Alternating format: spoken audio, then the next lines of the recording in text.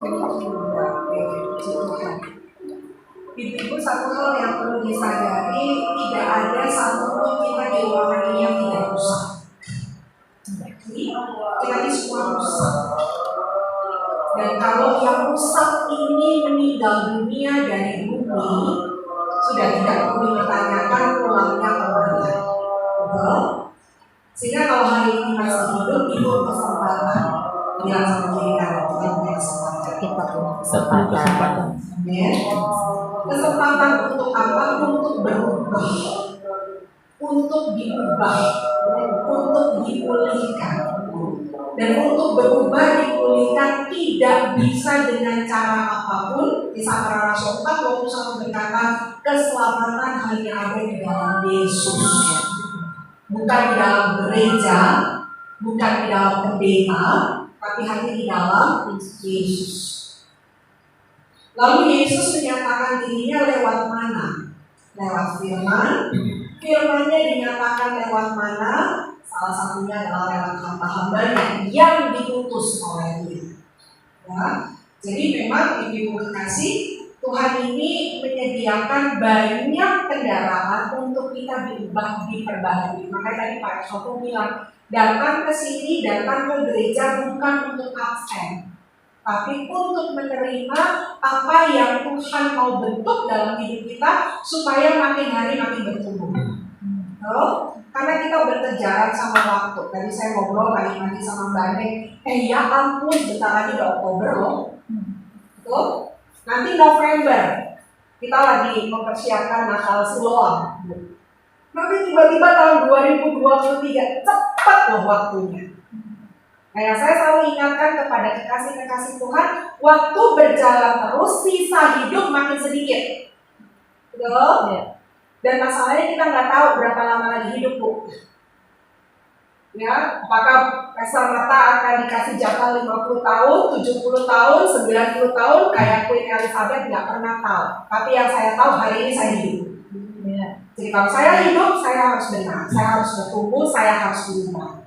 Betul? Ya, sehingga kita perlu Tuhan. Intinya nomor satu itu dulu. Kita perlu siapa? Tuhan. Tapi Tuhan menyatakan caranya lewat apa? Itu nanti tahapan berikutnya.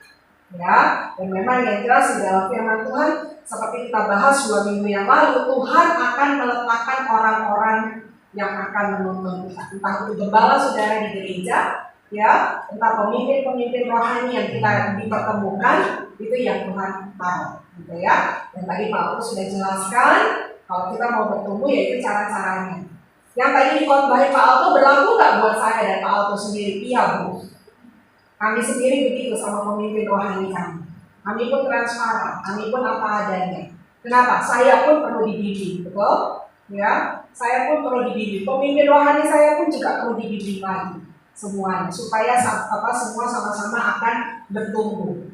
Jadi kalau tadi saya tetap waktu dengerin Pak Alto khotbah Ibrani 13 ayat 7 tadi Pak Mas ya. Taatilah gitu kan ya, taatilah pemimpin-pemimpinmu dan lakukanlah apa yang mereka katakan karena itulah yang menyenangkan hati mereka. Bu, uangku bukan segala-galanya di Siloam. Walaupun saya tiap minggu memantau bendahara kami di Siloam, berapa persembahan yang masuk itu sebagai salah satu ya pengukur ini sebetulnya di Siloam bertumbuh atau enggak dari pemberian aja itu udah salah satu tolak ukur. Ya, tapi bukan itu yang paling penting. Bukan uangnya yang ibu transfer dan ibu kirimkan ke Siloam yang jadi hal utama. Tapi yang menjadi sukacita kami adalah ketika mendengar setiap anak-anak Tuhan yang dipercayakan dalam hidup kami itu melakukan firman. Ya, jadi kalau saya sama Pak Alto seringkali bilang begini, makin jaranglah kita tarik nafas. Ya, kalau Bu Marta sama Pak Alto tarik nafas berarti muridnya ada kenapa-kenapa. Laporan dari media sosial kita lihat, terus kita berdua kenapa Bu? Ya, ada. Ya, yang menyebabkan sukacita adalah kalau kami melihat bahwa orang-orang yang percayakan Tuhan di dalam penggembalaan kami itu bertumbuh. Dan itu bukan menggembirakan kami semata-mata, tapi yang pertama adalah memuliakan Tuhan. Kalau kami aja gembira, apalagi di surga. jauh lebih gembira, betul? Jadi ayo dengan sisa kehidupan yang ada, dengan hidup yang dipercayakan sama Tuhan, bikin komitmen sama dirimu sendiri. Aku harus berkunjung, aku harus berubah, aku harus semakin dewasa rohani, supaya apa yang aku lakukan di bumi akan berpengaruh kepada kehidupan kekal. Dimana kalau aku pulang kapanpun, aku tahu aku pulang di surga. Amin. Bilang sama kiri kanan, nanti kita ketemu lagi di surga ya. Kita ketemu lagi. Ya. Pasti loh, ketemunya di surga, jangan di tempat yang lain. Pasti. Nanti kalau pulang kita ketemunya di surga. Pun kita masih bisa kenal nggak di sana? Alkitab bilang kita masih kenal, cuma kita nggak ada hubungan. Gitu ya. Di sana nggak usah panggil saya Pesta Marta, karena saya bukan pesta di sana. Oke, tapi bisa tahu nggak itu Marta? Ya.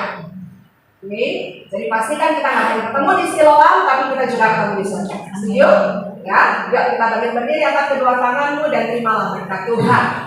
Kiranya rahmat, anugerah, damai sejahtera dari Allah Bapa kita, cinta kasih dari Tuhan Yesus dan persekutuan Roh Kudus akan menyertai setiap langkahmu mulai hari ini sampai selama-lamanya. Terimalah dengan sukacita dan biarlah senantiasa yang terbaik dari Tuhan itu yang menguasai hati dan pikiran kita. Kami terima berkat-Mu hanya di dalam nama Tuhan Yesus Kristus. Yang diberkati yang percaya bersama katakan amin.